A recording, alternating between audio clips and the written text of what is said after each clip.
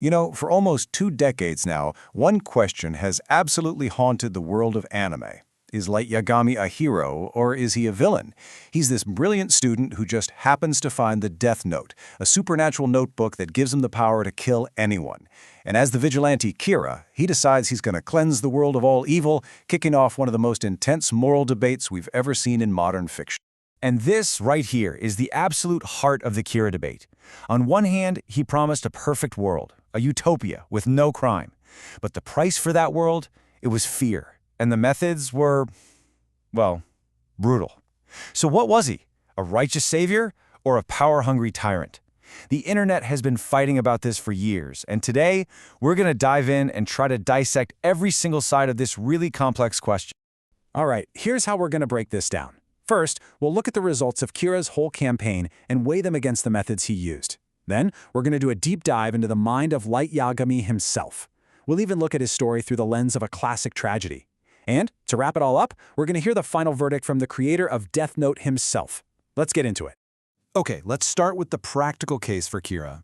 This argument isn't really about whether killing is right or wrong in theory, it's about one very simple question. Did his methods, as brutal as they were, actually make the world a better, safer place for everyone else? This comment from Reddit just sums up the whole pragmatic view perfectly. The idea is, don't judge the method, judge the results. For people who believe this, all the moral hand-wringing comes second to the actual outcome. And, when you look at the numbers from the world Kira created, it's kind of hard to argue. This is the big one. This is the statistic that Kira supporters always point to, a 70% drop in global crime. And not only that, but all wars just stopped. I mean, from a purely results-driven point of view, you can make a pretty strong case that Light Yagami saved millions of lives. It's a powerful point. But was this new world a utopia of peace, or was it a dystopia built on fear? Because that 70% drop in crime came at a really steep price. See, the main argument against Kira isn't about the outcome, it's about the cost. It challenges the very foundation of his New World Order, and it leads to a really fundamental question. Is a world without crime actually worth living in if everyone is just ruled by fear? This comment from Reddit user TLotFan3791, man, it just gets right to the core of the ethical problem, doesn't it? It wasn't just about the killing. It was about one person, a teenager with a huge god complex, holding the power of life and death over the entire planet. No checks, no balances, no accountability at all. And what's worse, Light's definition of evil just kept getting wider and wider. At first, okay, it was murderers and terrorists, but then it was people who were just suspected of crimes. Pretty soon, he was killing petty thieves. And then it was literally anyone who got in his way, including the FBI. The line kept moving until eventually he was planning to kill anyone he thought was lazy. It's a textbook example of a slippery slope.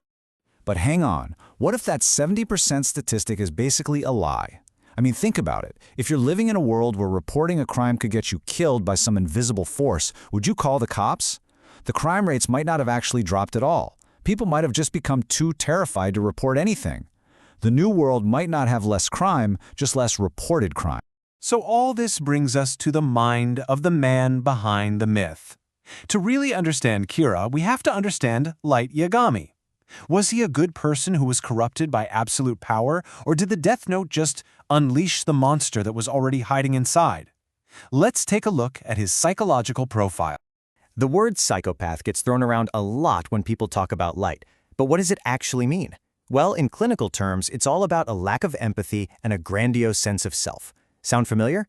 Let's see if the label actually fits. Psychologists use a tool called the Hare Psychopathy Checklist to figure this stuff out. A score of 2 means it's a perfect match for a trait. And as you can see, Light scores a perfect 2 on things like grandiose sense of self, I mean, he literally called himself a god, and manipulation, just ask Misa Amane. But he's not a perfect fit. He has incredible self-control, which is actually pretty unusual for a psychopath. So what's the final verdict? Well, Light scores a 28 out of a possible 40 on the checklist. Now, to be clinically diagnosed as a psychopath, you usually need a score of 30, so while he might not fit the technical, clinical definition, he is dangerously close. It really seems like the Death Note didn't create these tendencies in him, it just gave them a deadly outlet.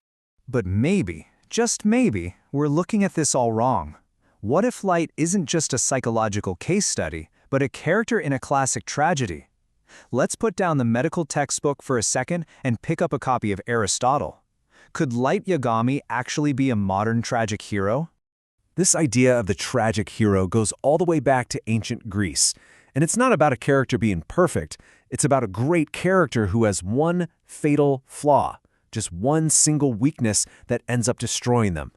And when you mapped Light's story onto this ancient framework, it's a shockingly perfect fit.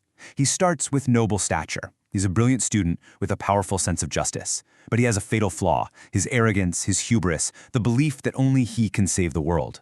This leads to a dramatic reversal of fortune, as his quest for justice just turns into a desperate scramble for power and survival. In his final moments, we see his recognition, as his whole empire of fear just crumbles around him. And for us, the audience, watching this epic fall from grace is a powerful experience of catharsis. So we've looked at the data, we've looked at the psychology, and we've looked at the literature. But there's one voice we still haven't heard from, the creator himself. What did Tsugumi Ohba actually think about his most famous creation? Well, at first, Ohba was really non-committal about it. He said he was way more interested in just creating an entertaining story than in making some big moral judgment. He wanted to leave it up to the fans to decide. But eventually, he did give a much more direct answer. And honestly, it's a fascinating one. When he was pushed on it, Ohba said that in his personal opinion, Light is evil.